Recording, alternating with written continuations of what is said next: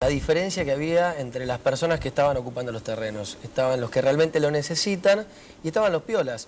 A ver, Rocío, ¿se puede? Vos trabajás en un ámbito de una comisión que apunta directamente al tema de la vivienda, de garantizar el techo. ¿Cómo hacer para discriminar, en el buen sentido de la palabra, entre los que realmente necesitan y los que están haciendo un uso beneficioso a nivel político y económico del tema? Primero tiene que haber una intervención inmediata del Estado en eso. Hay herramientas para hacerlo. Por ejemplo, existen varios censos de los diferentes asentamientos en la ciudad de Buenos Aires que justamente plantean la diferencia entre el propietario de hecho y el inquilino. Mucha gente que hoy estaba en el Parque Indoamericano, que lo había tomado ahí, o en las diferentes tomas, planteaban que ellos estaban viviendo una situación también de hacinamiento y inquilinato. Ya dentro de los asentamientos esto es ya la precarización absoluta. ¿Esto se sabe? ¿Está censado? Bueno, justamente es lo que no se ha hecho. No se ha cruzado de ninguna forma ningún tipo de padrones que ya existen o censos que ya existen por parte del gobierno de la ciudad, porque quien lo hizo fue el gobierno nacional. También hay que hablar de eso, de la falta de articulación de estos dos estados para en conjunto y dar una solución en el problema. ¿Por qué no se hizo, Patricio, esto? Mirá, en cuanto al censo concreto, el Parque Indoamericano, lo que ocurrió es que se iba a hacer un trabajo en conjunto, lo comenzó a hacer directamente el gobierno nacional y así adelante. Te repito, me parece que, estamos buscando una solución a largo plazo en lo referente al derecho a la vivienda. Acá Rocío es presidenta de la comisión, yo integro la comisión de vivienda. Me parece que la discusión pasa por otro lado.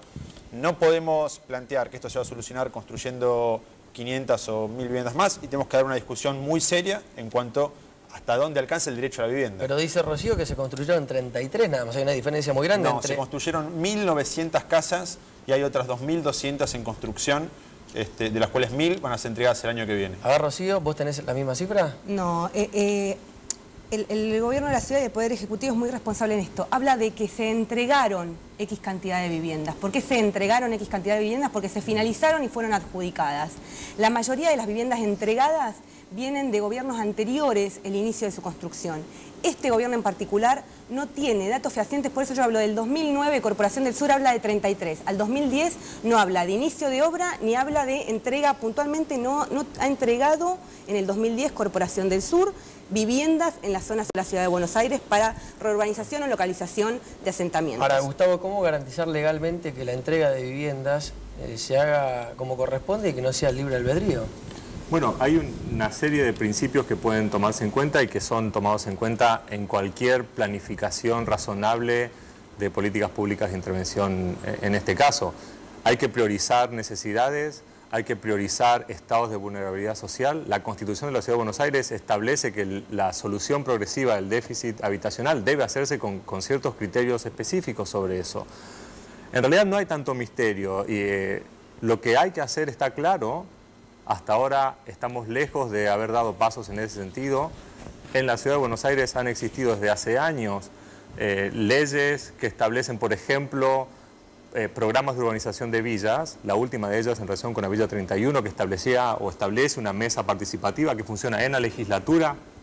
Y a pesar de los esfuerzos que se ha hecho desde la Comisión, la contribución del propio gobierno local e incluso nacional, que también fue invitado a participar, ha sido mínima y es un esfuerzo en ese sentido. Y en los hechos se nota mucho. El tema de la Villa 31 es una propuesta política del gobierno de Macri que no tiene solución, por lo menos por ahora. Mirá, se están llevando adelante obras en la Villa 31, quizás más que en ningún otro punto de la ciudad. De cualquier manera... ¿Qué obras? Se están llevando adelante obras de cloacas, se están haciendo calles, se está generando un proceso de urbanización, se están parquizando y haciendo a nuevo todas las plazas de la Villa 31 con la idea de mejorar el espacio público, etc.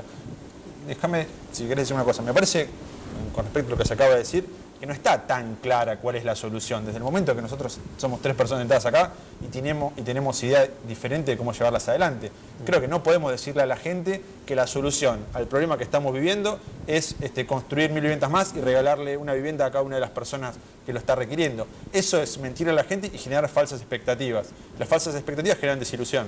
No, a ver, no es la construcción de vivienda la única solución para el déficit habitacional. Lo que hay es que hoy por hoy no existe voluntad política para implementar ningún tipo de vivienda que encamine mínimamente una solución a la emergencia habitacional. No es la construcción de vivienda y regalar regalarle la vivienda. Tampoco, y algo que había dicho Patricio, sí, el derecho a la vivienda, como el derecho al acceso a la salud o a la educación, son derechos que deben ser garantizados porque está en la Constitución, no solo de la ciudad, sino nacional. Son derechos básicos que deben ser garantizados. ¿Cómo? Con políticas públicas. ¿Cómo?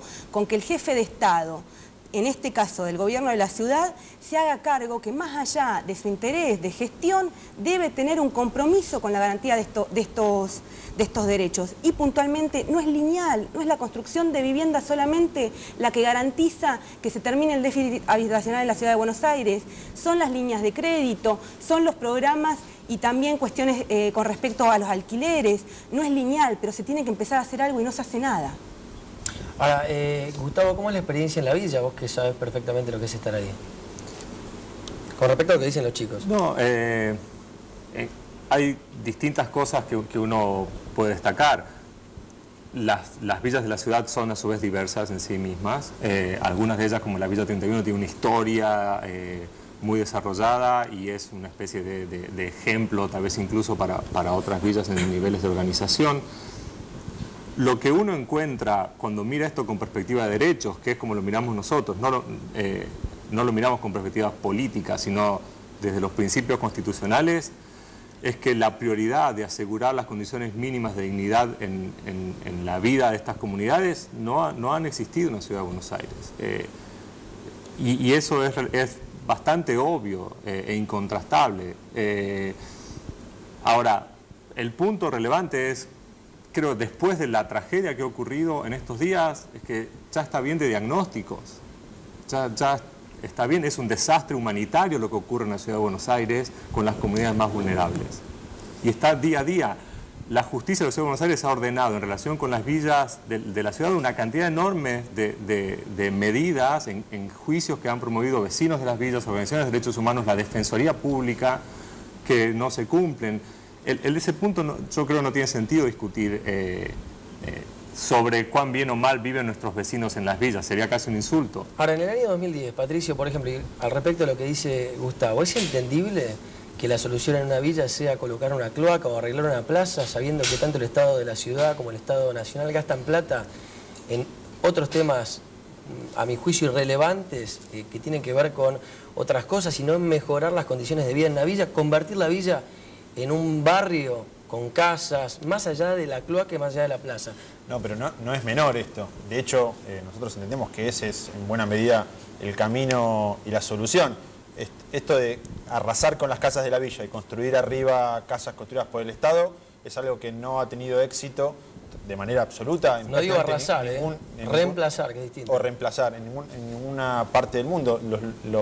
Donde se ha tenido éxito con políticas habitacionales es donde se ha integrado los barrios de emergencia, mejorando el espacio público, entregando, si se quiere, la titularidad de las propiedades, y se han integrado esos barrios de emergencia con servicios de calidad, con presencia del Estado, al resto de los barrios de la ciudad de Buenos Aires.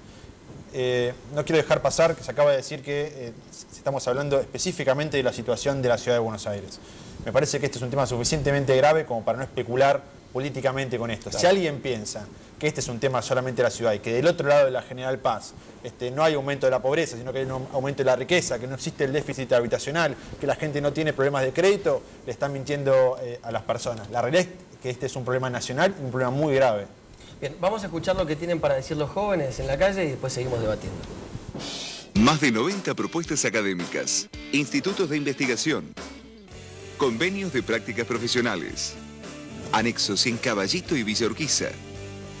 Universidad de Morón, 5627-2020. Toda esa gente que por ahí no tiene hogar y fue a ese lugar, digamos, a refugiarse o a hacer su casa, demuestra que no hay vivienda para la gente. Yo alquilo, no tengo casa propia y no le voy a pedir a nadie, dame una vivienda y me voy a parcelar un sector de acá porque se me ocurre que quiero que me den. O sea, el tema está en que hay gente que ocupa lugares y no paga nada. Seguramente se va a tratar de encontrar una solución ahora que están acercando las elecciones, pero antes de esto no se va a mover un dedo, como siempre pasa. Durante todo el gobierno no se hace nada y cuando falta poco tiempo para las elecciones se empiezan a hacer las obras, se empiezan a buscar las soluciones. Más que dar vivienda, trabajo a la gente, la gente necesita trabajo. Me parece que es un problema que tiene años y que no se va a resolver de un día para el otro. Tampoco se va a resolver por la fuerza. Es un problema habitacional real, que no... O sea, por ahí lo que se habla de la gente, de los ocupas, que está bien o está mal, pero más allá de qué puede opinar uno, es una situación que ellos sufren que es real, o sea que no tienen dónde ir. Y en estos días, con la posibilidad de hablar con algunos jueces y asesores judiciales, me contaban que nadie quiere agarrar las causas porque hay un choque jurídico, porque por un lado está el derecho de exigir legítimamente una vivienda y por otra parte está la obligación de sujetarse a una norma y en este caso la usurpación es un delito. Por eso queremos preguntarle a Gustavo. Gustavo, ¿qué tiene que priorizar un juez?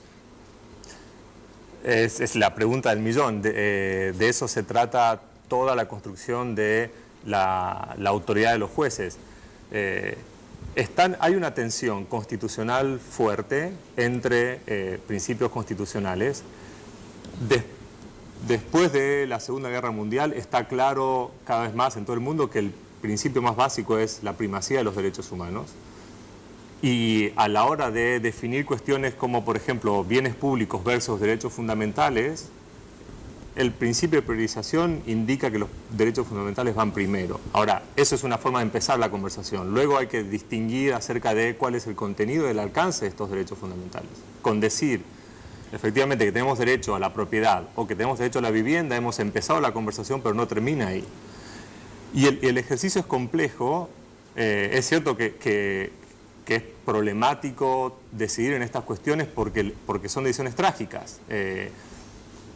Pero el camino que ha ido construyendo nuestra jurisprudencia, la Corte Suprema en los últimos años e incluso la justicia de la Ciudad de Buenos Aires ha sido consistente en asegurar y priorizar los derechos fundamentales y darle a los derechos sociales, como la vivienda, la salud, la educación, el rol de genuinos derechos fundamentales que deben ser garantizados y que funcionan como marco para las políticas públicas. Ninguna política pública es aceptable si no es interpretada como que respeta correctamente estos derechos fundamentales. Patricio, ¿en qué crees que hizo hincapié el gobierno de la Ciudad de Buenos Aires? ¿En el delito de usurpación o en el derecho legítimo de tener una casa? En estos días. Me parece que son dos cosas que no creo que haya una confusión tan grande. Los derechos constitucionales, como es el derecho a la vivienda, están reglamentados por leyes y en ningún caso son absolutos. Esto ocurre con todos los derechos enmarcados en la Constitución.